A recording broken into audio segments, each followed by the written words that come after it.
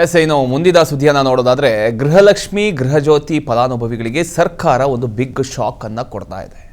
ಮತ್ತೊಮ್ಮೆ ಅರ್ಜಿ ಸಲ್ಲಿಸಿದವರಿಗೆ ಮಾತ್ರ ಗ್ಯಾರಂಟಿ ಲಾಭ.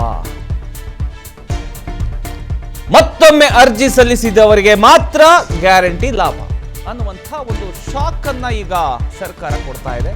ಅನರ್ಹರಿಗೆ ಸಿಗ್ತಿದ್ದ ಗ್ಯಾರಂಟಿ ಲಾಭ ತಡೆಯೋದಕ್ಕೆ ಸರ್ಕಾರ ಈ ಒಂದು ಅಸ್ತ್ರವನ್ನ ಪ್ರಯೋಗಿಸ್ತಾ ಇದೆ. ಮೃತರ ಹೆಸರಿನಲ್ಲೂ ಕೂಡ ಗ್ಯಾರಂಟಿ ಲಾಭ ಪಡಿತಿದ್ದ ನಾರಿಯರು ಎಚ್ಚೆತ್ತುಕೊಂಡು ಅಂದ್ರೆ ಒಂದಿಷ್ಟು ನಾರಿಯರು ಕೂಡ ಲಾಭ ಪಡ್ಕೊಳ್ತಾ ಇದ್ರು. ಈ ಒಂದು ವಿಚಾರಕ್ಕೆ ಸಂಬಂಧಪಟ್ಟ ಹಾಗೆ ಸರ್ಕಾರ ಎಚ್ಚೆತ್ತುಕೊಂಡು ಮತ್ತೊಮ್ಮೆ ಅರ್ಜಿ ಸಲ್ಲಿಕೆಗೆ ಕರೆಯನ್ನ ಕೊಟ್ಟಿದೆ.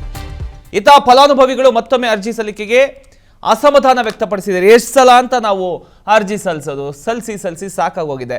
ಅರ್ಜಿ ಸಲ್ಲಿಸ್ಬೇಕಂದ್ರೆ ವಾರಾನ್ಗಟ್ಲೆ ತಿಂಗ್ಳಾನ್ಗಟ್ಲೆ ಅದ್ರ ಹಿಂದೆ ಬೀಳಬೇಕು. ಯಾವುದಿದು ಕತೆ ಅನ್ನುವಂಥ ವಿಚಾರಕ್ಕೆ ಸಂಬಂಧಪಟ್ಟ ಹಾಗೆ ಈಗ ಒಂದಿಷ್ಟು ಜನ ಬೇಸತ್ತು ಹೋಗ್ಬಿಟ್ಟಿದ್ದಾರೆ, ಅಸಮಾಧಾನ ವ್ಯಕ್ತಪಡಿಸ್ತಾ ಇದ್ದಾರೆ. ರಾಜ್ಯ ಸರ್ಕಾರದ ಗ್ಯಾರಂಟಿ ಯೋಜನೆಗಳಾದ ಗೃಹಲಕ್ಷ್ಮಿ ಹಾಗೂ ಗೃಹಜ್ಯೋತಿ ಯೋಜನೆಗಳು ಏನಿದ್ದಾವೋ ಆ ಯೋಜನೆಗಳು ಮತ್ತೊಮ್ಮೆ ಸುದ್ದಿಯ ಕೇಂದ್ರ ಬಿಂದುವಾಗಿದೆ. ಈಗ ಕಳೆದ 3 ವರ್ಷಗಳಿಂದ ಲಕ್ಷಾಂತರ ಕುಟುಂಬಗಳಿಗೆ ಆರ್ಥಿಕ ನೆರವು ಹಾಗೂ ಉಚಿತ ವಿದ್ಯುತ್ ಸೌಲಭ್ಯ ನೀಡುತ್ತಿದ್ದಂಥ ಈ ಒಂದು ಯೋಜನೆಗಳಲ್ಲಿ ಅಕ್ರಮ ಹಾಗೂ ದುರುಪಯೋಗದ ಆರೋಪಗಳು ಕೇಳಿ ಬಂದಿರತಕ್ಕಂಥ ಹಿನ್ನೆಲೆಯಲ್ಲಿ ಸರ್ಕಾರ ಇದೀಗ ಮರುಪರಿಶೀಲನೆಗೆ ಮುಂದಾಗಿದೆ. ಸರ್ಕಾರದ ಮಾಹಿತಿ ಪ್ರಕಾರ ಗೃಹಲಕ್ಷ್ಮಿ ಯೋಜನೆಯಲ್ಲಿ ಮೃತಪಟ್ಟಂಥ ಮಹಿಳೆಯರ ಹೆಸರಿನಲ್ಲಿಯೂ ಕೂಡ ಹಣ ಜಮೆಯಾಗ್ತಾ ಇದೆ. ಅನರ್ಹರು ಯೋಜನೆಯ ಲಾಭವನ್ನ ಪಡ್ಕೊಳ್ತಾ ಇದ್ದಾರೆ. ಹೀಗೆ ಹಲವು ಅಕ್ರಮಗಳು ಪತ್ತೆ ಆಗ್ತಾ ಇದೆ. ಇದರಿಂದ ಕೋಟ್ಯಾಂತರ ರೂಪಾಯಿ ದುರುಪಯೋಗ ಆಗಿರತಕ್ಕಂಥ ಶಂಕೆ ವ್ಯಕ್ತ ಆಗಿದೆ.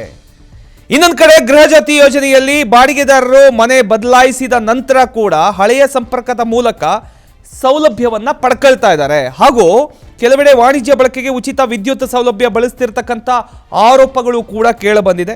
ಈ ಹಿನ್ನೆಲೆಯಲ್ಲಿ ಫಲಾನುಭವಿಗಳ ಅರ್ಹತೆಯನ್ನ ಮತ್ತೊಮ್ಮೆ ಪರಿಶೀಲಿಸತಕ್ಕಂಥ ಅಗತ್ಯ ಇದೆ ಅನ್ನುವಂಥ ಒಂದು ಅಭಿಪ್ರಾಯ ಸರ್ಕಾರದ ವಲಯದಲ್ಲಿ ಇದೀಗ ವ್ಯಕ್ತ ಆಗಿದೆ. ಆ ಒಂದು ಕಾರಣಕ್ಕೋಸ್ಕರ ಆಧಾರ್ ಆಧಾರಿತ KYC ಬಯೋಮೆಟ್ರಿಕ್ ಪರಿಶೀಲನೆ, ಹೊಸ ಗುರುತಿನ ಚೀಟಿ ಹಾಗೂ ದಾಖಲೆಗಳ ಮರುಪರಿಶೀಲನೆ ಬಗ್ಗೆ ಸರ್ಕಾರ ಇದೀಗ ಒಂದು ಗಂಭೀರ ಚಿಂತನೆಯನ್ನ ನಡೆಸ್ತಾ ಇದೆ. ಈ ಒಂದು ವಿಚಾರಕ್ಕೆ ಒಂದಿಷ್ಟು ಜನ ಅಸಮಾಧಾನ ವ್ಯಕ್ತಪಡಿಸಿದ್ದಾರೆ.